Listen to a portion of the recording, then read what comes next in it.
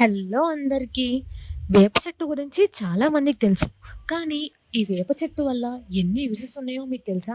సరే చెప్తాను. ఈ వీడియోనైతే ఎక్కడ స్క్రోల్ చేయకుండా వినేయండి. వేపాకుల్లో యాంటీ బ్యాక్టీరియా, యాంటీ ఫంగల్ లాంటి చాలా లక్షణాలు ఉంటాయి. సో ఈ వేపాకుల్ని నీటిలో ముంచి తాగినట్లయితే మన బాడీలో ఉన్న టాక్సిన్స్ అన్నీ క్లీన్ అయిపోతాయి. ఒకవేళ మనం స్నానం చేసేటప్పుడు ఈ వేపాకుల్ని ఆ వాటర్‌లో ఏసుకొని స్నానం చేస్తే, మనకి ఏమైనా స్కిన్ ఇన్ఫెక్షన్స్ ఉన్నా చాలా ఫాస్ట్‌గా తగ్గిపోతాయి.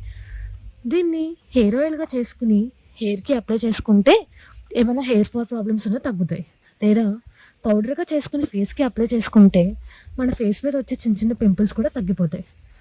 దీన్ని టూత్ బ్రష్‌గా యూజ్ చేస్తే, ఇది మన నోటి బ్యాక్టీరియాని తగ్గించి, మన టీత్‌ని చాలా హెల్తీ అండ్ స్ట్రాంగ్‌గా ఉంచుతుంది. అసలు ఉగాది పచ్చడిలో వేప పువ్వు చేదుగా ఉన్నా ఎందుకు కలుపుతారో మీకు తెలుసా?